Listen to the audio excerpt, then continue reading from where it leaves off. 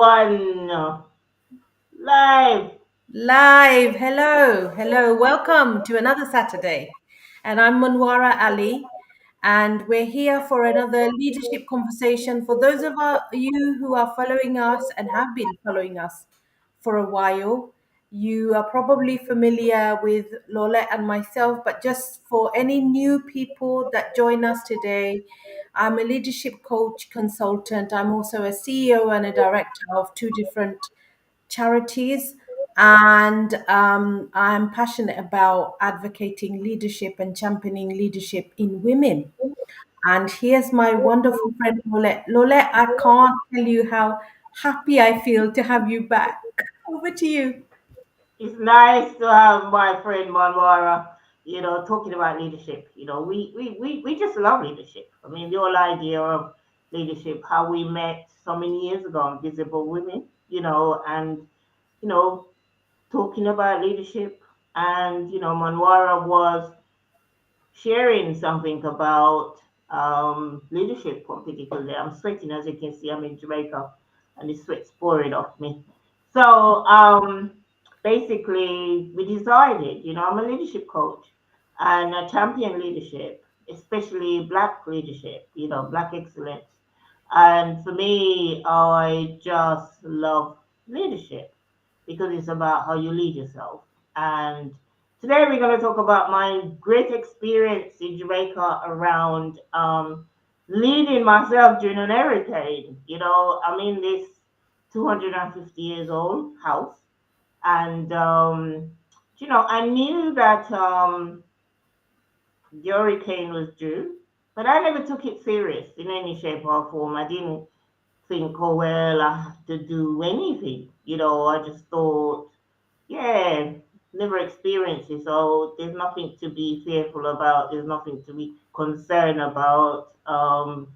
I have food in the house and I'm fine and everything else. And I just thought, oh, it's just gonna be one of those things, just that, a walk in the park. I mean, I wasn't concerned to say, oh my goodness, I need to go and stay somewhere. I need to have someone with me.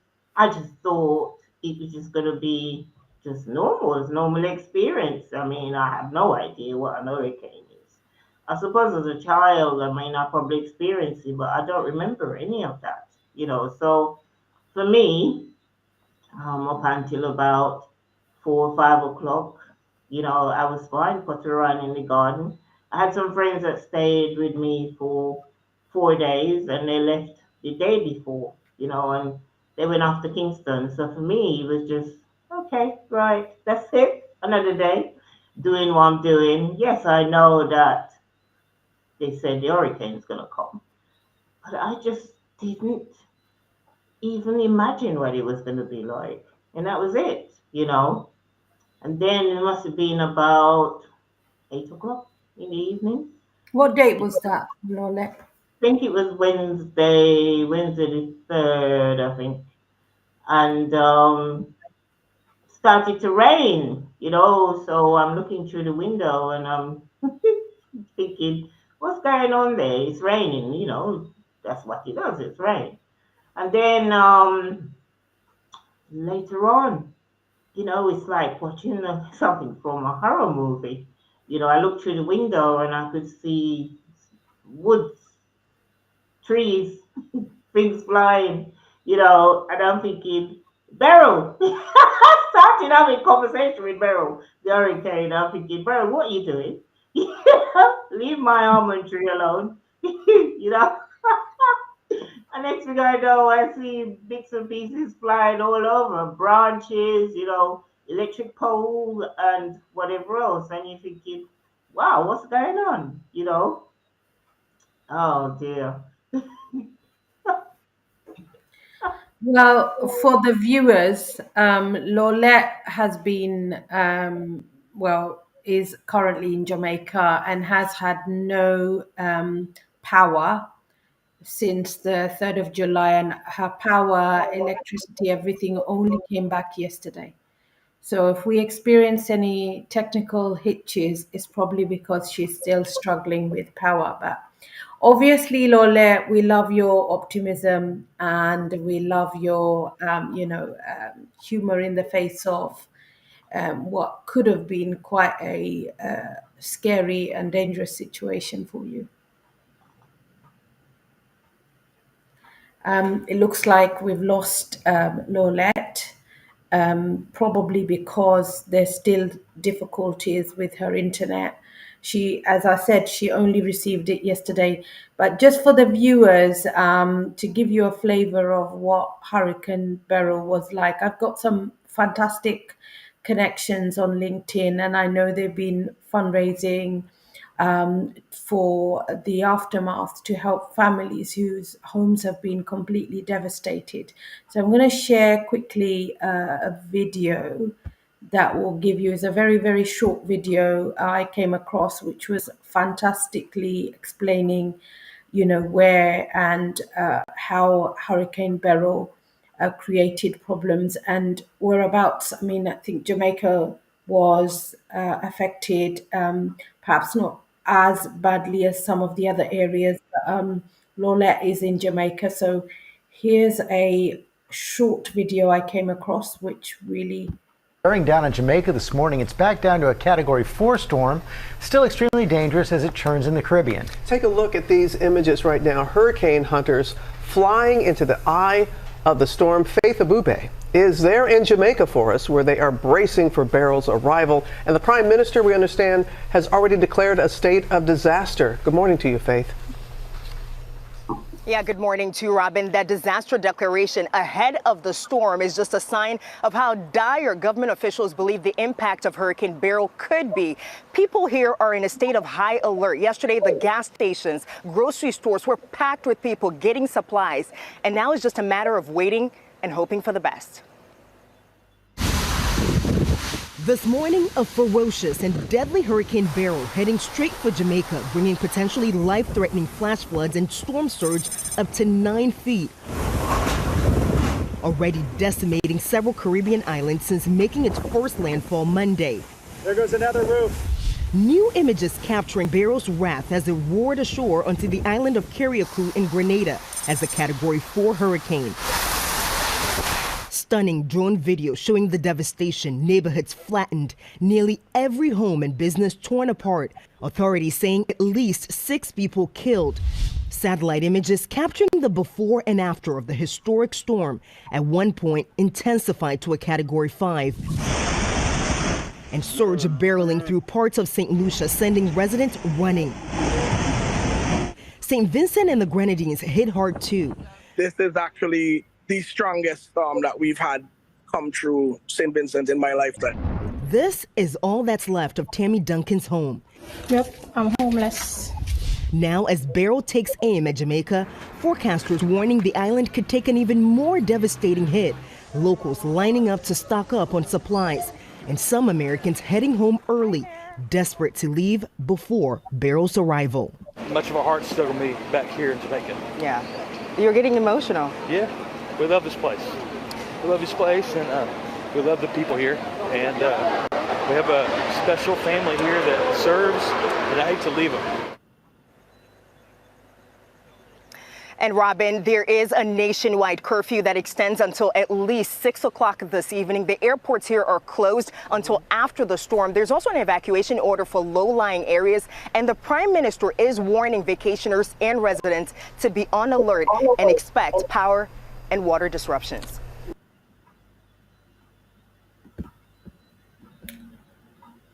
So that was from 2 weeks ago. I wanted to share that, Lorlett. I'm glad you're back again, because it gives an idea of, the extent of the problem. We're very fortunate that, thank God, nothing happened to you and you're all good and back with us. But you are still struggling with power, and I think, yeah, I just wanted viewers who will be watching to have an idea of, you know, the extent of the problem really, and how fortunate we are. So over to you, Lorlett. You were talking. Yeah, I mean, you look at it and you laugh about it, Well, I laugh about it because I think it was so surreal looking at it. And I was having conversation with Beryl, and I'm saying, leave my house alone, kind of thing.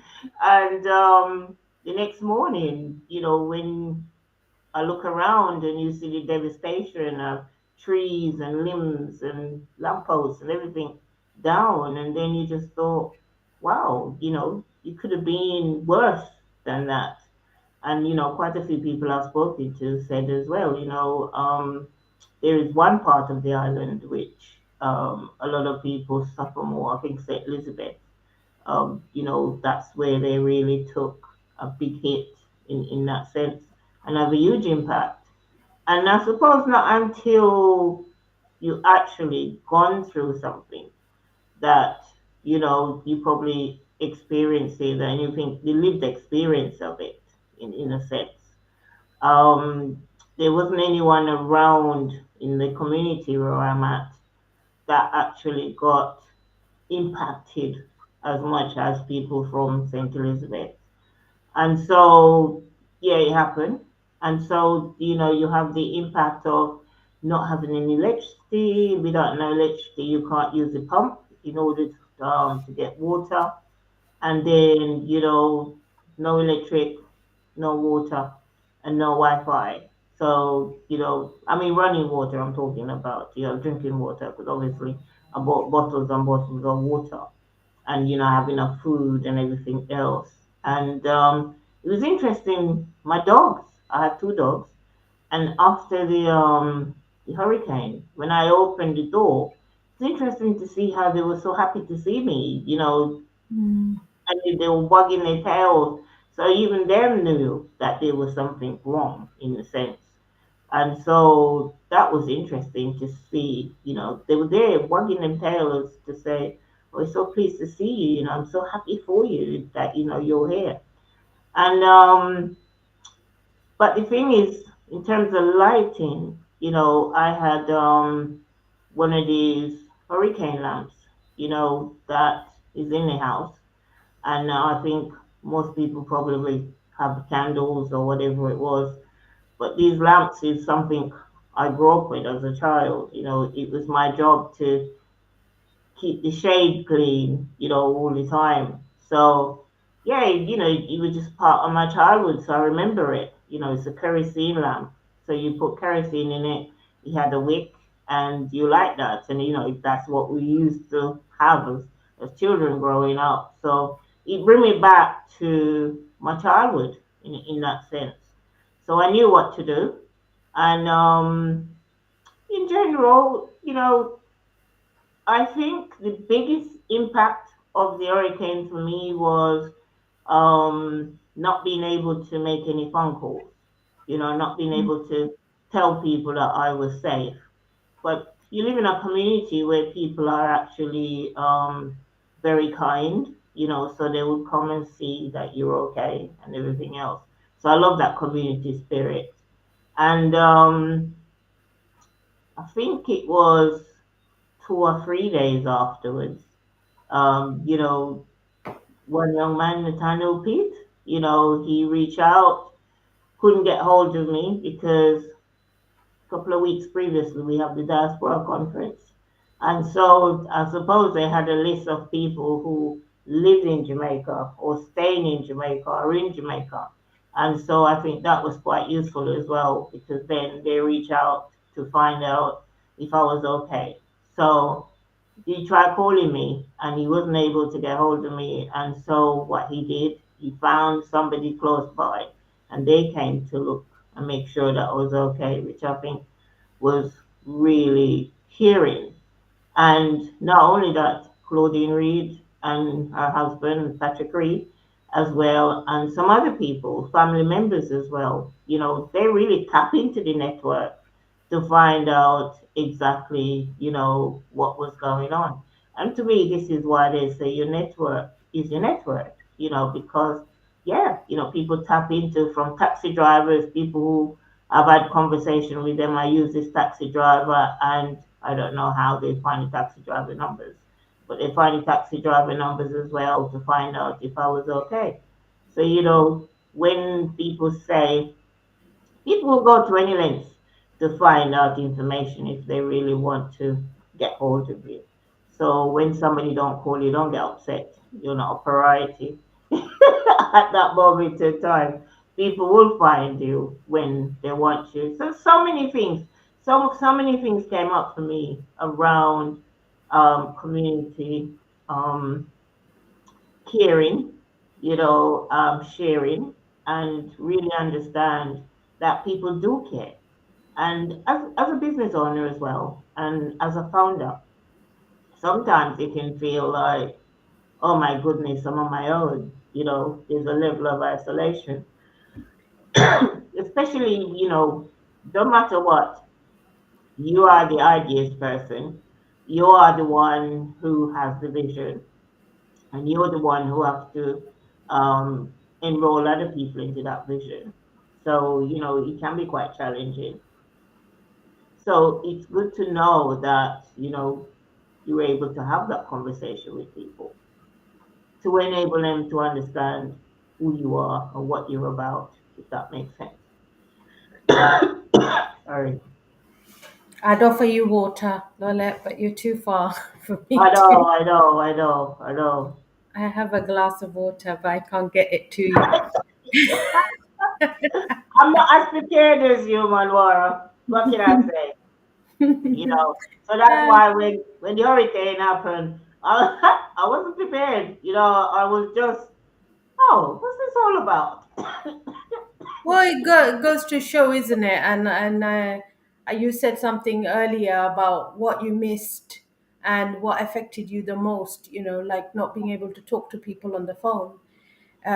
Isolation can affect us in so many ways, but like, most people might have assumed, oh, Lolette's just like busy doing stuff, growing her business or whatever. But actually, who knows how she might have been affected. And being able to speak to people is so important. I think maybe internet wasn't the most important priority for you, but being able to stay in touch was important, and that sense of community.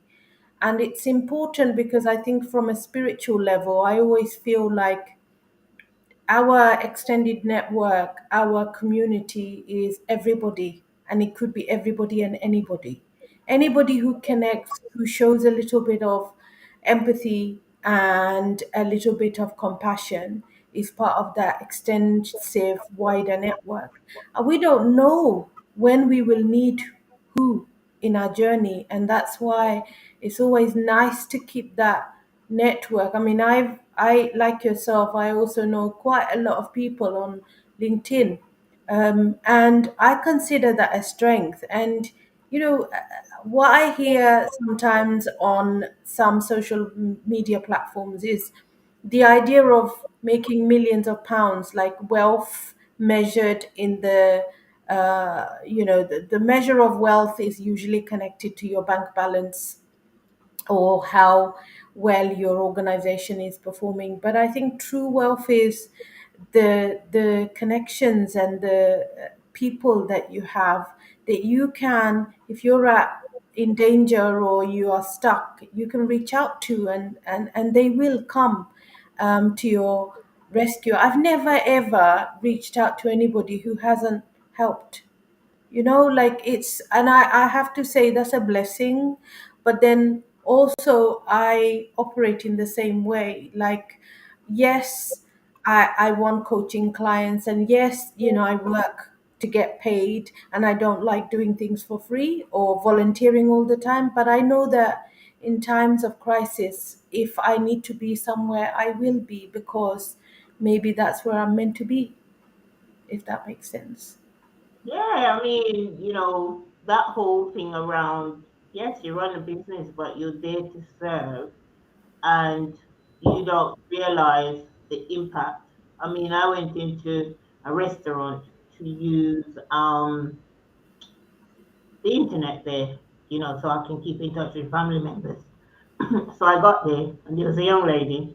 I don't know who she was. I just got talking to her, and then she said, "Oh, the Wi-Fi here is very slow, so you can use my hotspot."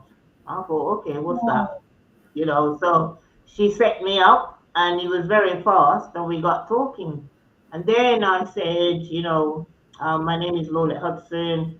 I'm really about culture and preserving heritage and leadership, especially Black culture. I think it's important to preserve it in that sense. And she said, "Oh, I am head of scholarship for Black students in Ontario." And I said, "Oh, funny enough, I used to work for the Windsor Fellowship, which was working with students as well, getting them into supporting them while they were at university and at the Russell Group schools as well."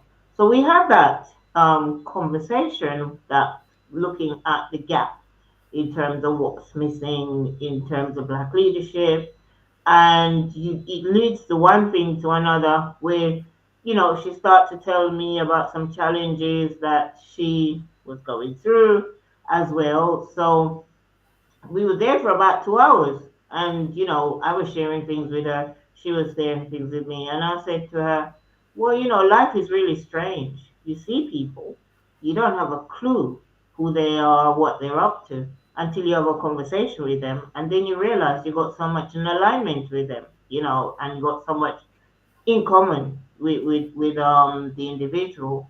So not until you actually have a conversation with somebody, you could make assumptions that they are this or they're that or whatever. But the reality is that having a conversation, you realize how much you are similar in terms of being different in that sense. So that was quite powerful. So I spoke with her for a couple of hours, and then we're gonna meet up.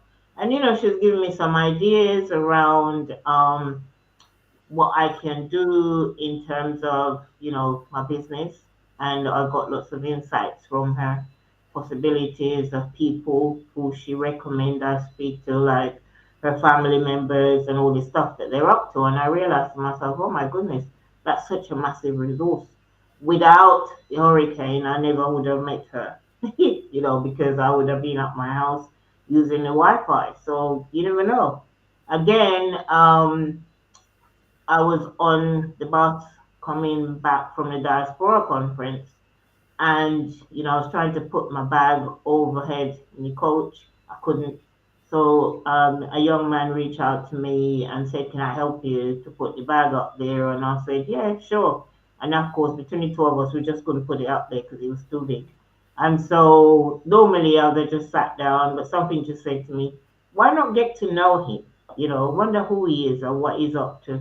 He took the time out to offer to put my bags up. So when I sat next to him, I got talking to him, and I have this whole idea that I wanted to meet a landscaper, because I'm working in the garden at the minute.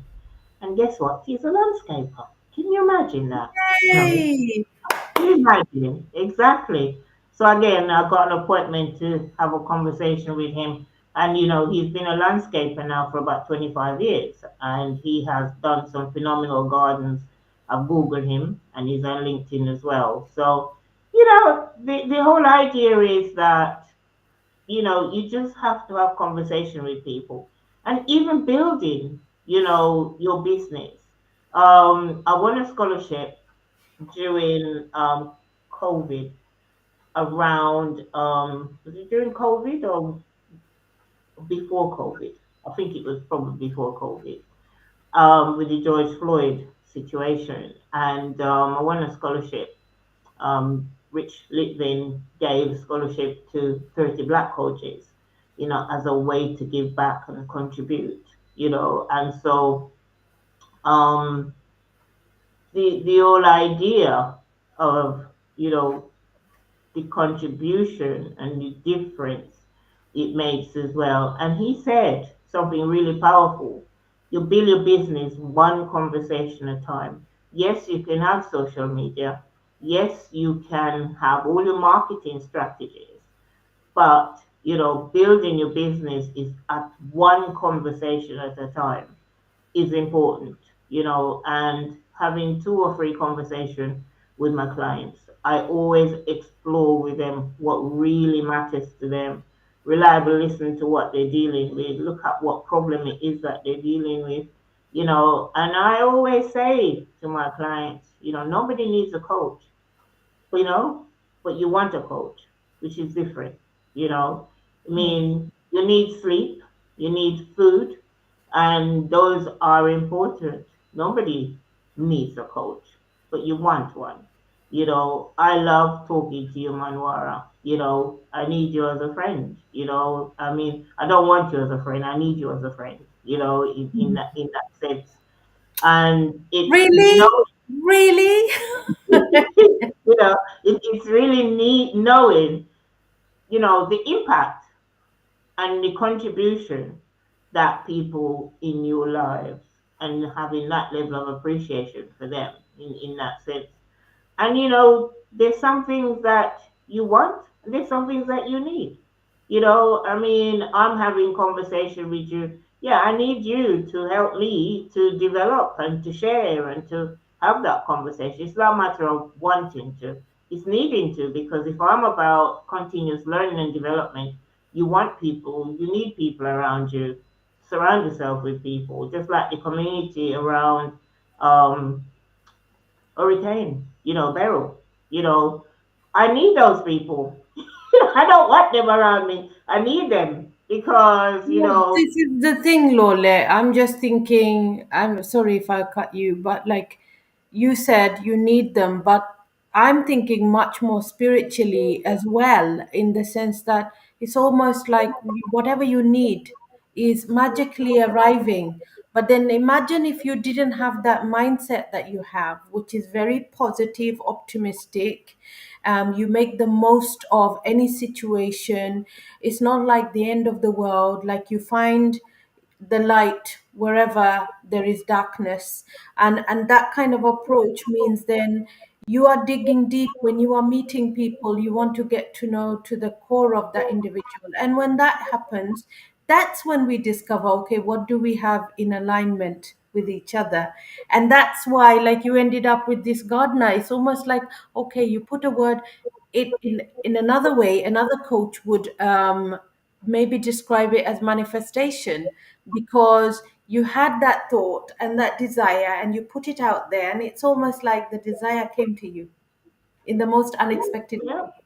yeah. It's true, and it was very easy to have the conversation. It wasn't hard to talk to him in that sense.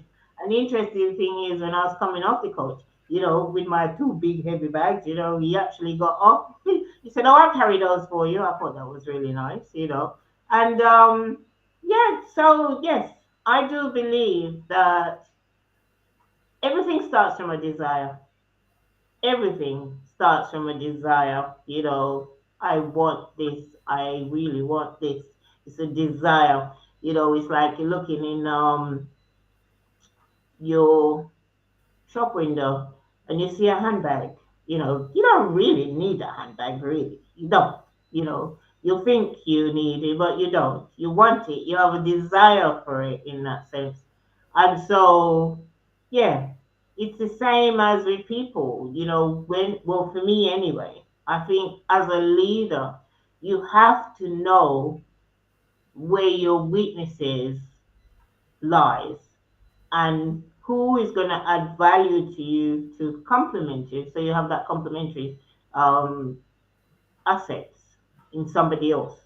You don't have it, and recognize that you surround yourself with other people to enable you to elevate yourself. Because at the end of the day, you can't see yourself. We all got blind spots. We think, oh, this is how it is. And then somebody else will point it out to you and say, well, have you considered this? Have you considered that? It's like the diaspora conference. I wasn't going to go because I've never been.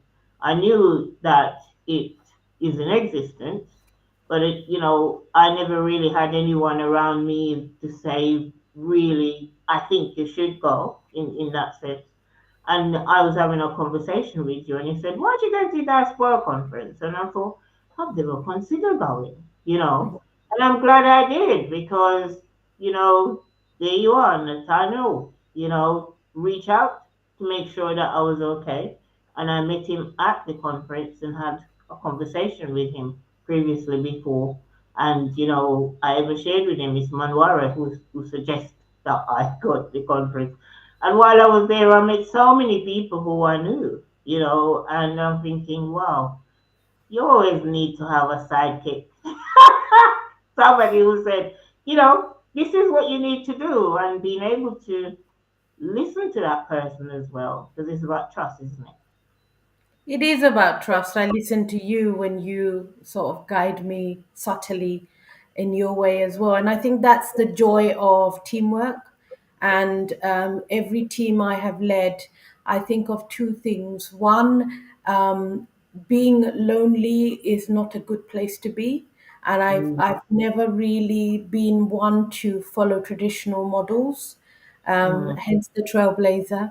I've been in places, Lorlett, where I've discovered that my opinion and my views are very different to everyone else's. And sometimes I think, and it's same with you, your views and opinions will be very different. You have a uniqueness in you that nobody else has. But when we try to put ourselves in a box of being like everybody else, in some way, shape, or form, we lose our own personal uniqueness. The other thing is that I think of in terms of like success is, so obviously not to be at the top on your own, so you have like more than one head bouncing ideas, and you feel like you're coming up with much better informed decisions when you have more than one opinion. The other thing is succession, right? When you're building a team, if you are doing everything on your own, it's very hard to build succession. In my opinion, if you have like deputies and you have vice or you have senior leadership teams that you are working very closely with, it means then that it's easy to replace you because we're all replaceable.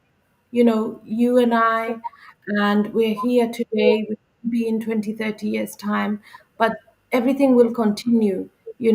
However, our businesses or our concepts or our ideas that we leave behind, who's going to carry them forward? And this is why, like, for me, succession is important because otherwise you can end up in one place forever, and like whatever your uniqueness is, you can't spread it far and wide. And this is the reason why I said I want to be on a platform where whatever I am sharing is going to have an impact. If somebody listens to you and I speak and they pick up a few tips that they consider nuggets, I will feel like we've done our job. And it's the same with my YouTube. I am on the YouTube channel because I want to be able to share some of my unique thoughts, and some of my, courage, I guess, or bravery, because not many people feel courageous enough to sit like this in front of a screen without a huge big studio and big team behind them, and do this. And I just feel like, like some of us need to realize that doesn't matter what title you could have the highest rank, you're still human. You can be a leader, Lule, of one hand can't clap, but at the end of the day, you are still that person standing in front of your mirror, looking at a storm, facing your home, and you have no idea what might happen next. And like those emotions and those thoughts, you are dealing with like every single other person out there who's affected by that situation. So yeah, I just feel like spiritually we're on another level. We are not just doing this for sales, we're doing it because we want to make an impact. I and feel like you definitely are right. Because it's about being of service. It's what to be a contribution. It's about collaboration. It's around partnership. And if you're on this planet, it's important to be able to collaborate. It's important to contribute. It's important to, have those partnerships. And the other thing is, you can be a contribution to somebody without even knowing that you're being a contribution to someone. Until, years later down the road, somebody said, oh Lola, do you remember when you said this or when you did this? Or and I'm thinking, I have no idea what you're talking about, in that sense. Somebody would say, well, yes, I read, I listened to you on a podcast and you said this, or you did this, or you did a TV interview, or you said this. And I'm thinking, yeah. So that's why sometimes, we use quotes, we use people quotes in that sense because it means something. A real good friend of mine, Fitzroy Andrew, he always says, yes, leadership, it's great, harnessing the individual talents, but what is really overstepped all the time is that we don't look at the peer pressure. We don't look at the peer, you know. So the participation, yes, you can go to all these great leadership development programs and seminars and whatever it is, retreats, but it's what happened afterwards is the key. It's that peer. What do you create with your peers after you have gone on these different learning and development arenas and understand that? Even like going to the diaspora conference, that's great, but what will always stick in my mind is that there is a lot of care there, this community, you know, in the leader in terms of Nathaniel, you know, that for me will remain with me to say, yes, there is a community. And that's an individual thing because he could have been somebody else who didn't do that, didn't send somebody to come and see that I was okay. So it's the influence, it's having that huge influence. He's somebody who is very influential, but now, he's even gone up 99%, in my book, in the sense of, yeah, somebody take the time out to do something for no reason at all, none whatsoever, apart from caring and want to make a difference and to make sure that I'm okay. I don't think you can put any kind of monetary value on that, in a sense. It's about understanding that somebody care enough to put themselves out for no reason. Yeah, I mean, I think, yeah, absolutely. You're growing your network in Jamaica. I mean, if there's one person, there are loads of people in my what they call the black book, my network, my net worth, and those are people that I know without a doubt they are human before anything. Um, and if I reached out to them, even if they don't have the answers, they'll find a way. They can be resourceful. And I find that there are lots of people, Lorlett, that actually hold positions of influence, but they are not aware how they Mhm. could be using them to help others or make the world a better place. Like, maybe it's become a gripe of mine, but like, you see somebody who's in an inspectorate role or like a high level director role. And I'm not saying that you unnecessarily, unfairly should give someone an opportunity. But if you're in that position, you have the biggest impact or opportunity to open doors. And it doesn't have to be that you offer a quota of, like, create a quota of people from ethnic minority backgrounds or women coming into a particular role. But you could at least educate your team. So if you are a newly engaged, or even I've met so many women that are very highly experienced and they hold some of the top jobs, and they may be from ethnic minority backgrounds, or it might be a woman who has fought her whole life and battled to get to the top, and when she's up there she has no awareness of her influence, the impact she can have. That individual has the power to be able to educate her team around diversity, even if she is surrounded by and is leading a team of non diverse people. She is in a prime position to be able to educate them so that they are more aware. She's in a prime position to change that. I mean, for me, if I ended up in that kind of role, by the time I'm finished, if I haven't doubled myself, then I haven't succeeded. That's how I see it. If I am the first woman, I want to make sure before I leave, there are two women there. I don't know if I'm making sense. It makes sense. I mean, John Maxwell, the leadership guru, I mean, I love his work. And he said, leadership is nothing more, nothing less than influence.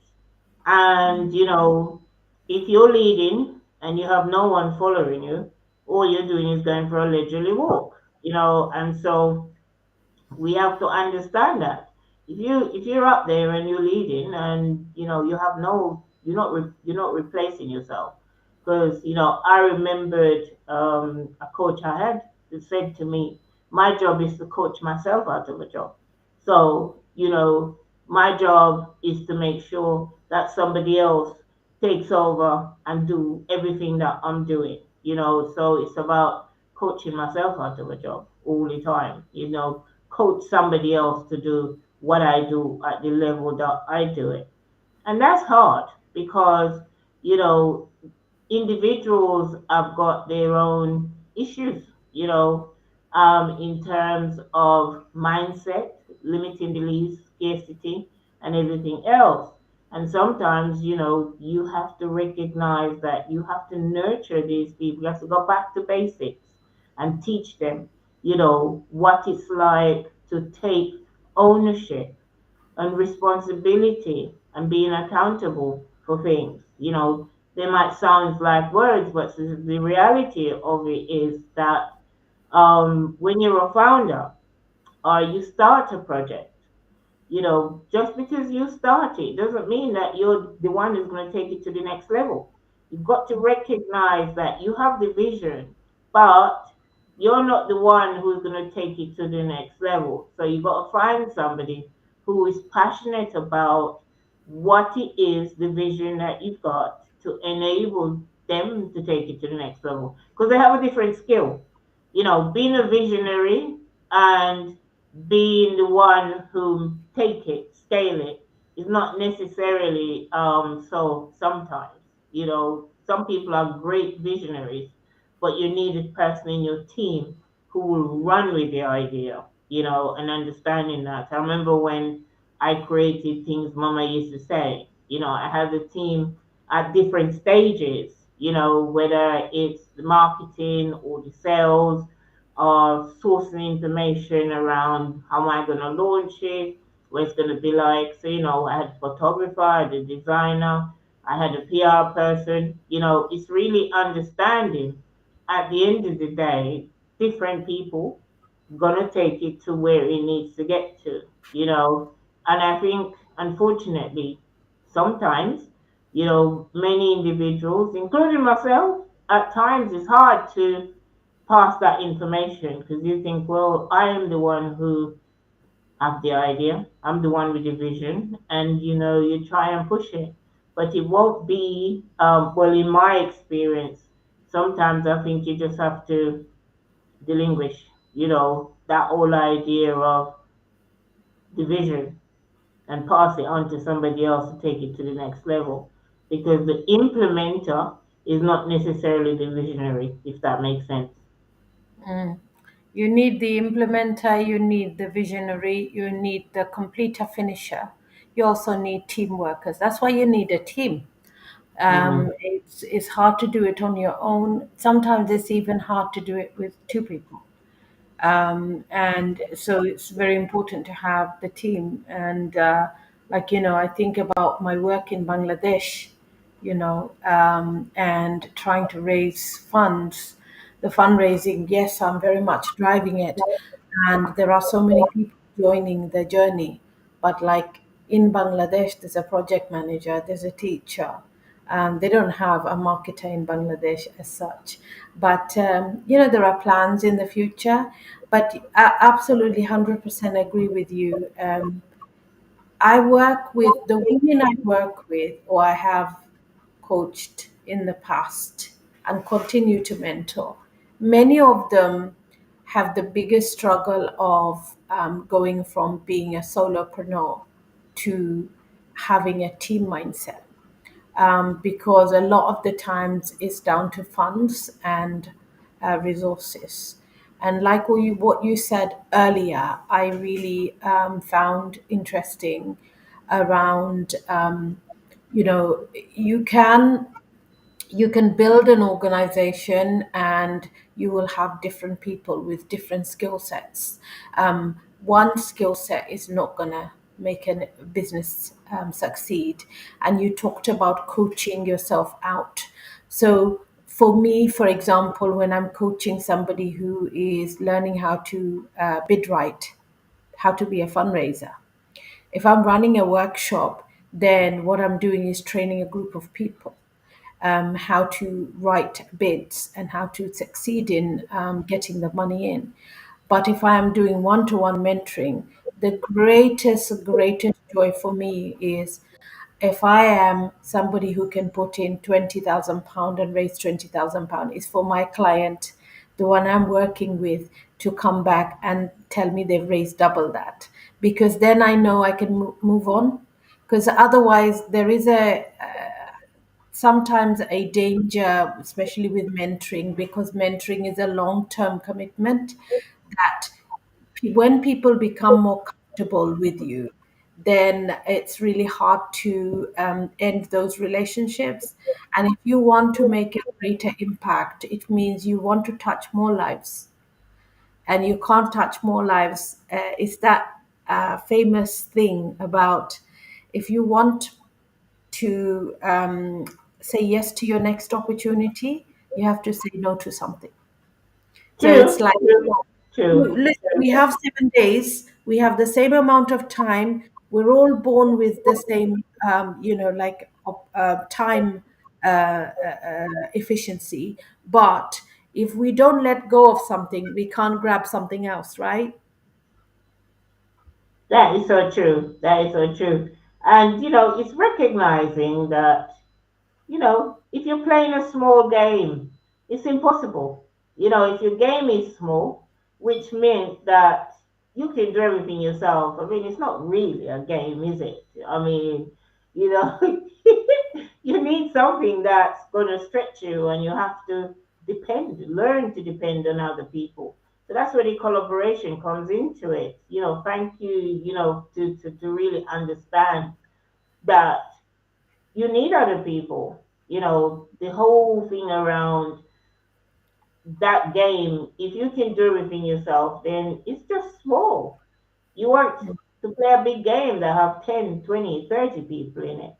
And that's when you realize to yourself, yeah, how are you influencing people to take ownership? Because the biggest thing is ownership. If you're not owning it, then you're just passing through, and there is no commitment. The ownership is, I own it. I'm part of this. I'm part of something. And as a leader, your job is to empower people to recognize that they're part of something. It's not about me. It's about us doing and making sure. Imagine I have this concept around things Mama used to say, which is a box of 52 Jamaican proverbs, which is of preserving the wisdom of my grandmother. That's why I started it. And, I'm not a designer, I'm not a photographer, I'm not a marketer in that sense. So I knew there was a lot of resistance around me creating it, because initially it was too black, there's no market, it's never gonna happen, and I got a diverse set of people, have a team of people with different skill set that complements me. So I felt very confident that it would happen in that sense. Yes. So it's important to recognize that you cannot play a big game by yourself. It's impossible.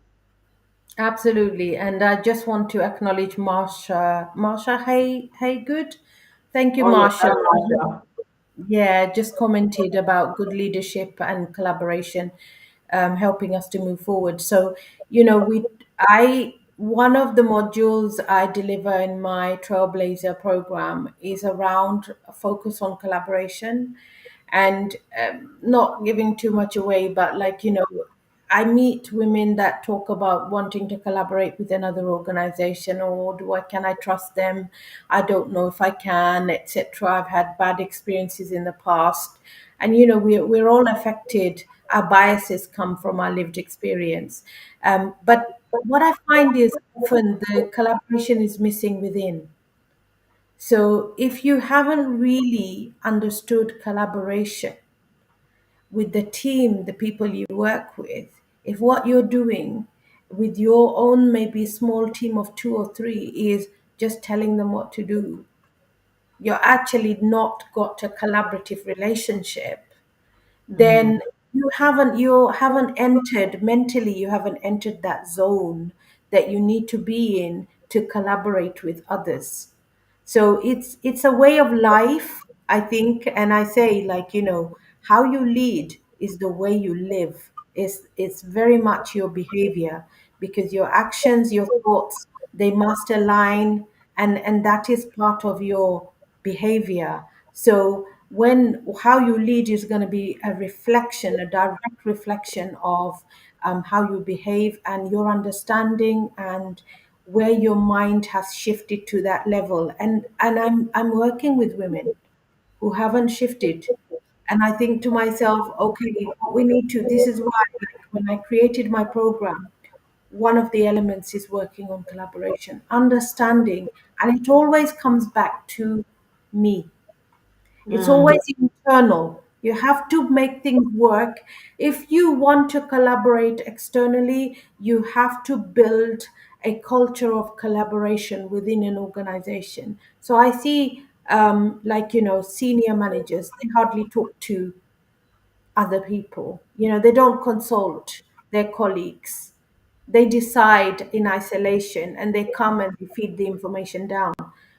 So you don't really have collaboration within your organization. You don't encourage a culture of collaboration.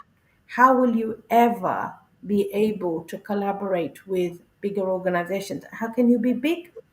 To be big minded and to play a big game, you need to have your mind opened to these things. So I thank you, Marsha, for your wonderful comment. But I just thought that's a very important point about collaboration, because collaboration will make us move forward. Even if you were doing everything solo, Lorlett, but you collaborated with, like, for example, some of the diaspora individuals who are also working solo. Imagine the power of those partnerships. And it's the same with me. Like, I'm talking to a few people who are already working within the areas that I am trying to grow in terms of female leadership. And I know that I'm not any shape or form about competition. I am more excited that actually then it's almost like doubling the team. Yeah, and you're right. This is how I work, right? So this is the idea, and this is the plan, and this is the vision, and I get clear for myself in terms of who, it's not how we're going to do it, it's who is going to be the person, so who's going to be the photographer, who's going to be the designer, who's going to do the events, and then I draw up a list, and then I'll reach out and say, oh, I got this idea, this vision, just like with the retreat in Jamaica. I sat down, I work with a coach about understanding the methodology of how this retreat's going to be. So I get it really clear in my head. And then I then sit back and think, who's going to be the facilitator? Who's going to work with me? Who am I in alignment? That word alignment is very, very important to me in sense understanding that, so I don't just pick somebody just because they're my friends or they are somebody that I know. Are they the person who is committed? want to work in collaboration with me, want to be in alignment with me to make it happen in that sense. So sometimes what we tend to do is we have these great ideas. Oh yeah, I got a friend, and I will ask this friend, and that's when there's a lot of breakdowns because maybe that person don't necessarily have the skills, but they get given a position because they know someone or they are familiar and comfortable with people in that sense that they know. But the difference is for me, it's having the people who have the skills, are committed and in alignment with me, and then I build my team based on that. Commitment and alignment, it's very, very crucial to me. Are you committed? Because without commitment, nothing's happening. And without alignment, nothing's happening as well. So it's not just about working with somebody just because I know you. No, it's about are you committed to your own growth? Because again, what is in it for you? You got to look at if I take on this project, how is it going to help me? How is it going to support me? And how is it going to support you to take it to the next level? Because if we're not growing, then and we're not inventing and we're not innovating, then we are on the verge of out. Well, That's one way of describing it is when we're moving, we know we're alive. When we're not, we're dead. exactly, exactly, exactly. So, we started off talking about finding myself in a situation with the hurricane. And, I discovered so many things about myself and things have happened, i.e., community, people care, people are in collaboration with me, and partnership. And I discovered as well that you don't know until you know. That's your saying, isn't it? You don't know until you know. So it's in that knowing when you don't know that you discover what you already know, but you just didn't know it. Now, you know what? You and I are going to be accused of confusing the hell out of people. You know that, don't you? Oh, that's all right. That's all right. The thing is, you don't know that you know it until you know it. I didn't know anything about an hurricane, but now I know that, you know, um, it's an experience. It's an experience that a lived experience that for me I can't explain it. It's so surreal. It was like watching a movie. Imagine looking through a window and see, lampposts being uprooted. Seeing palm trees that's been around for years uprooted. Limb of trees flying all over the place, and you think to yourself, my goodness, is this what it's all about, really? And my experience, I would say, pretty mild and compare. Can you imagine, in your house and just see the roof gone, or something has gone missing in that sense, and you just think you wake up next morning, you don't have a house.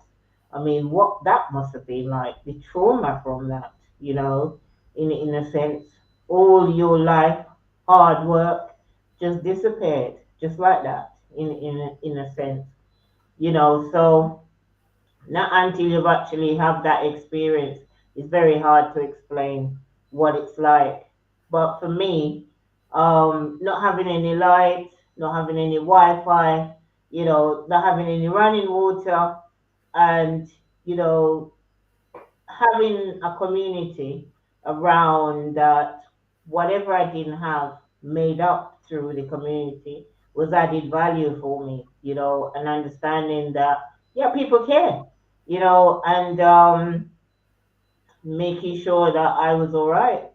And that's the key for me. That's what I got from the hurricane is understanding the importance of collaboration, the importance of partnership, and also, the impact you have on people. Because, there is that thing about people will only take action when they enroll into something. When they really enroll in you or they care about you, there's something in it. for no reason at all. And that for me gives me confidence, gives me courage, make me courageous in doing what I do, because you know it's how I show up that makes a difference. That add value to people, and then people take action because of that. I think that is something to build on, in terms of understanding that the things you do teaches people how to treat you, if that makes sense. Absolutely. No, it's a good way to end.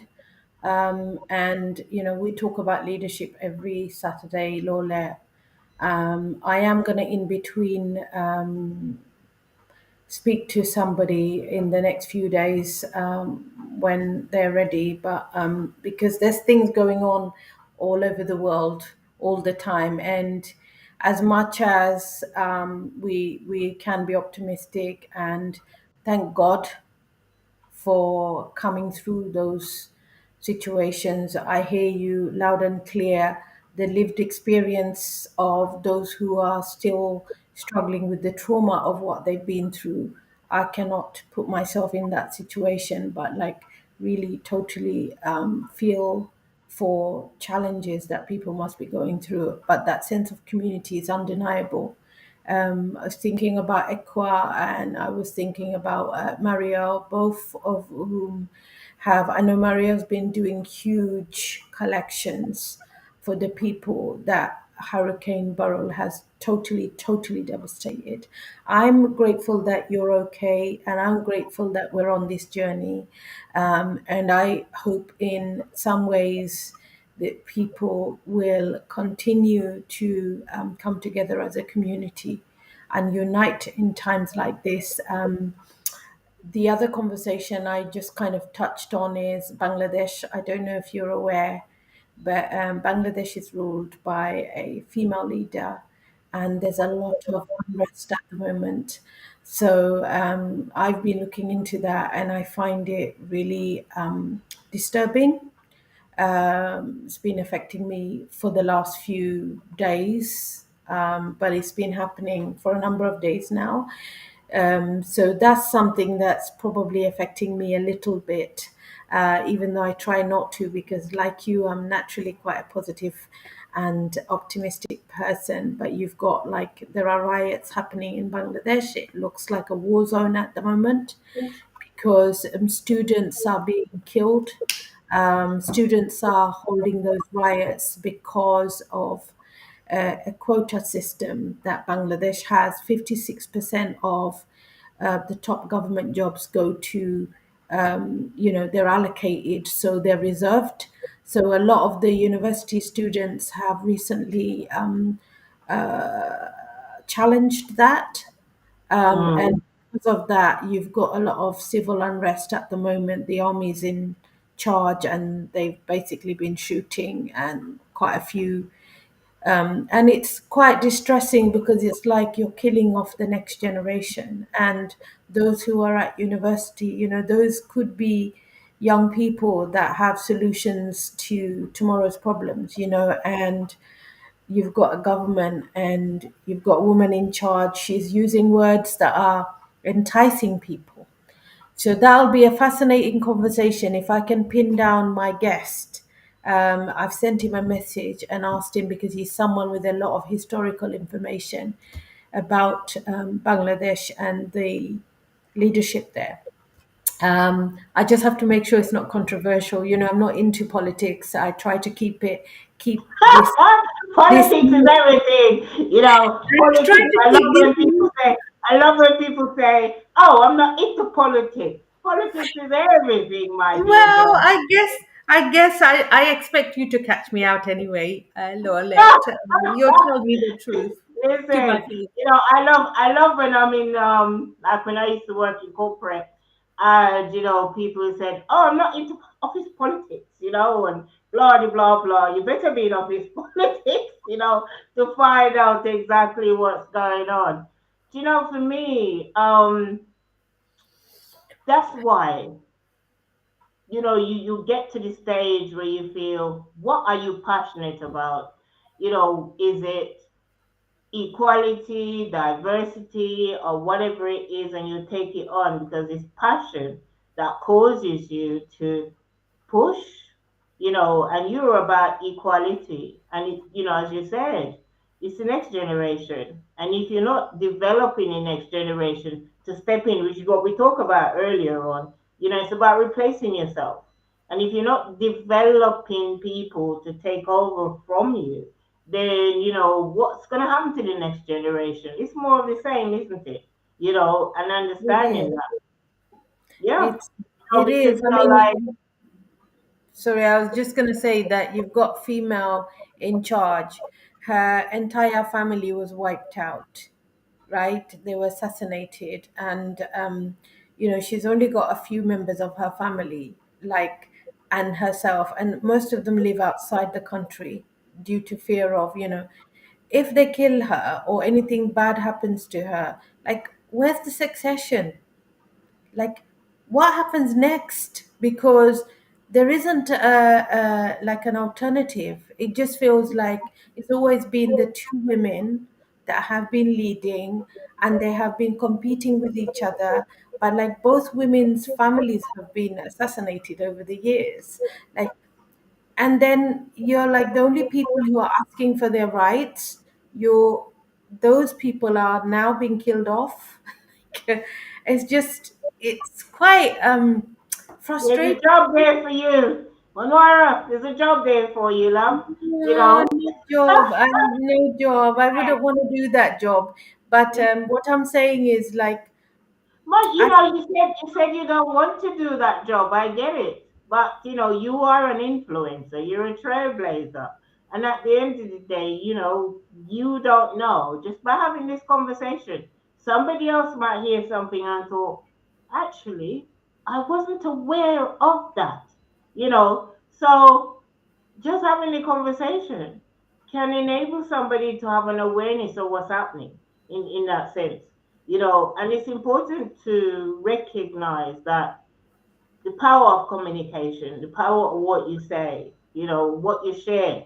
This is what this platform is about, sharing. Because I can assure you there's people out there who have no clue in terms of what's going on, you know, and they might be somebody that says, you know what, I can make a difference. I can influence that situation because I wasn't aware. I wasn't aware in that sense. And you might think, well, I'm not really doing anything and I don't want that job. But that's not what it's about. It's about keep on sharing, keep on having the conversation. The right person will show up, the right person will take it on, and the right person will make the difference.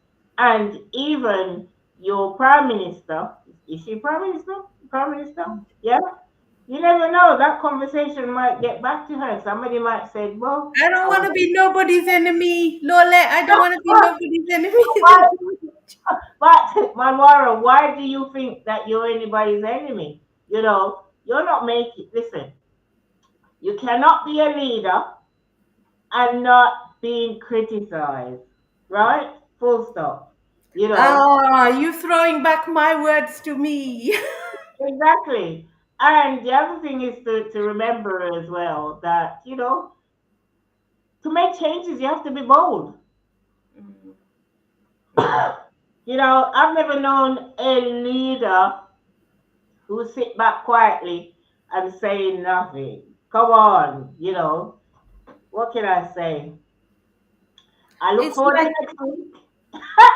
yeah, let's listen. Next week will be quite exciting.